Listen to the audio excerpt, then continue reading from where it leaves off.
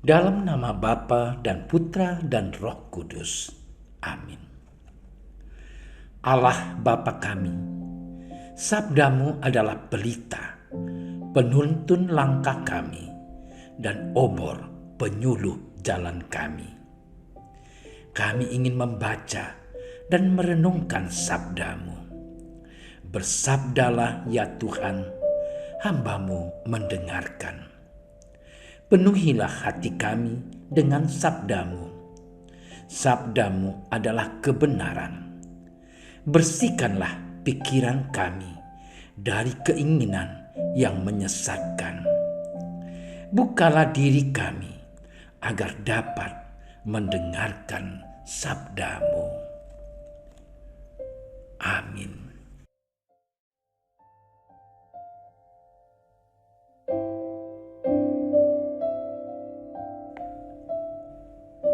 Sekali peristiwa, Yesus yang bangkit dari antara orang mati menampakkan diri kepada ke-11 murid dan berkata kepada mereka, "Pergilah ke seluruh dunia, beritakanlah Injil kepada segala makhluk.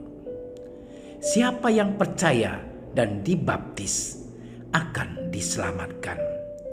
Tetapi siapa yang tidak percaya akan dihukum. Tanda-tanda ini akan menyertai orang-orang yang percaya. Mereka akan mengusir setan-setan demi namaku. Mereka akan berbicara dalam bahasa-bahasa yang baru bagi mereka. Mereka akan memegang ular, dan sekalipun mereka minum racun maut, mereka tidak akan mendapat celaka. Mereka akan meletakkan tangannya atas orang sakit, dan orang itu akan sembuh."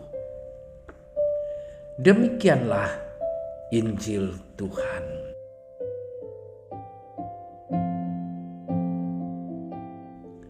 Saudara-saudariku yang terkasih, orang Kristen pasti mengenal Santo Paulus yang sebelumnya bernama Saulus. Paulus orang yang luar biasa dalam sejarah gereja. Luar biasa baiknya dan luar biasa juga buruknya. Buruknya, kelakuan Paulus sebelum bertobat adalah tokoh yang paling keji dan sadis terhadap orang-orang Kristen. Orang Kristen dianiayanya dan dibunuhnya secara sadis. Atas sikapnya itu, Tuhan Yesus menyamakan diri dengan orang yang dianiaya Saulus.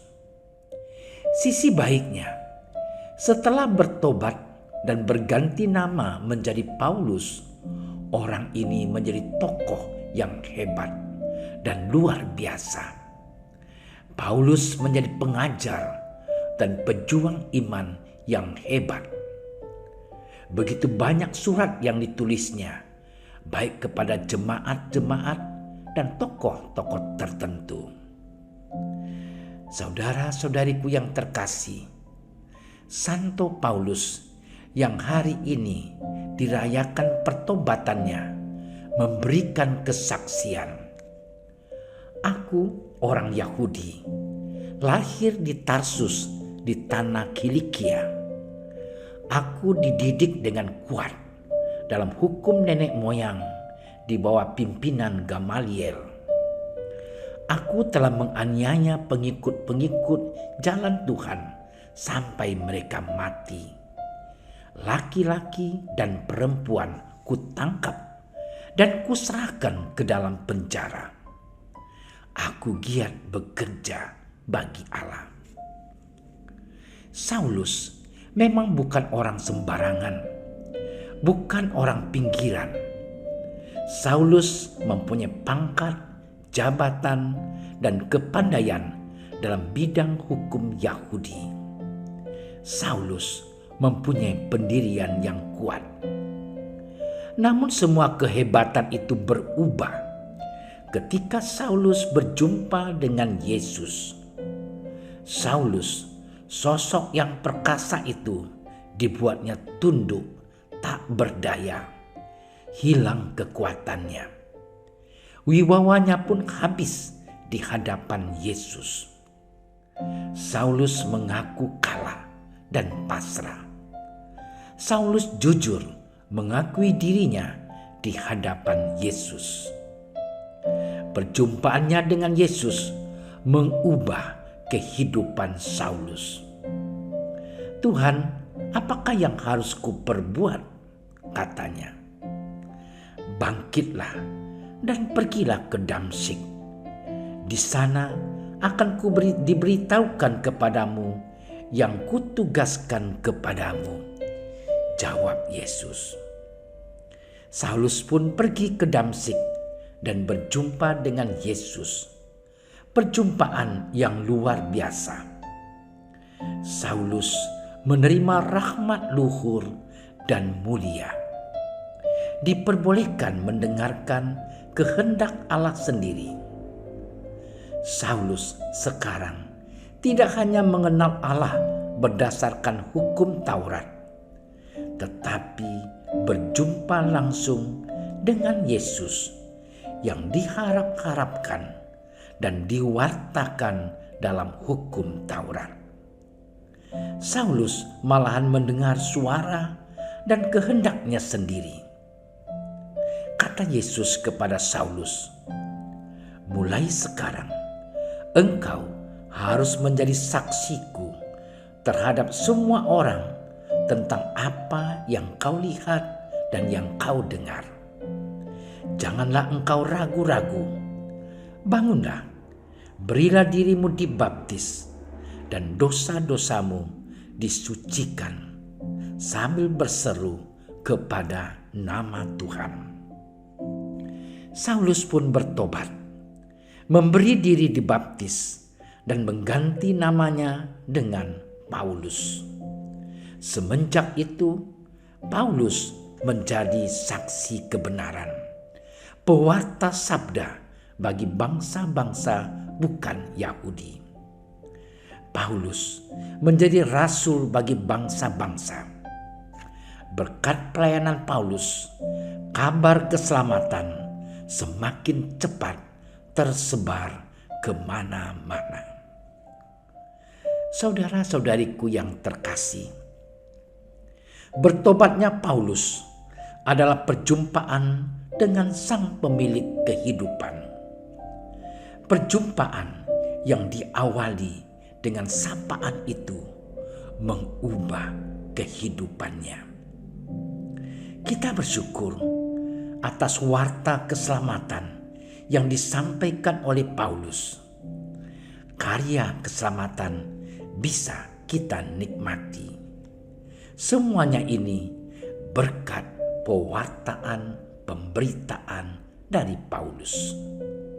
Perjumpaan dengan Yesus mengubah kehidupan Paulus. Dia yang bangga atas dirinya, atas jabatan dan kepandaian yang dimilikinya, tetapi semuanya dianggapnya sebagai sampah berkat pengenalannya dengan Yesus. Paulus telah mendapatkan Kristus. Saudara-saudariku yang terkasih, pertobatan Paulus diharapkan menjadi model pertobatan kita. Pertobatan Paulus tidak hanya berhenti pada niat dan kata-kata, tetapi nyata dalam tindakan. Setelah bertobat, Paulus menjadi pewarta keselamatan dan pejuang iman. Buah-buah pertobatan kita memang belum seindah dan sehebat pertobatan Paulus. Tetapi semuanya itu hendaknya malahan membuat kita untuk semakin berani mendengarkan sapaannya. Kita bisa menjadi pewarta keselamatan.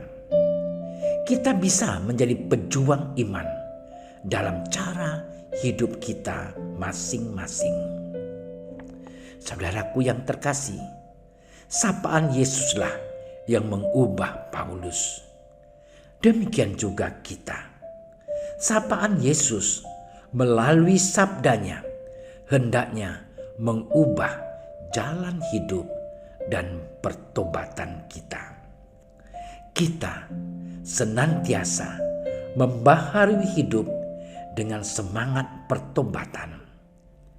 Kita terus menjadi baik dan menjadi lebih baik, sambil terus menjadi pewarta keselamatan dan pejuang iman seperti Paulus. Tuhan Yesus, Engkau telah dianiaya oleh Paulus, tetapi Engkau tidak marah dan jengkel. Malahan Engkau mengundangnya ikut serta dalam pewartaan keselamatan. Perjumpaan Paulus denganmu mengubah kehidupan Santo Agung ini. Semoga perjumpaan kami dengan Engkau dalam sabda dan sakramen-sakramen mengubah hidup kami menjadi baik dan lebih baik. Sebab Engkaulah Tuhan dan Juru Selamat kami. Amin. Terima kasih sudah menyaksikan renungan hari ini. Jangan lupa like, subscribe, dan aktifkan tombol loncengnya agar Anda yang pertama mendapatkan notifikasi updatean renungan harian dari Komsos Keuskupan Padang. Dan bagikan ke sosial media agar saudara-saudara kita dapat mendengarkan dan merenungkan firman Tuhan.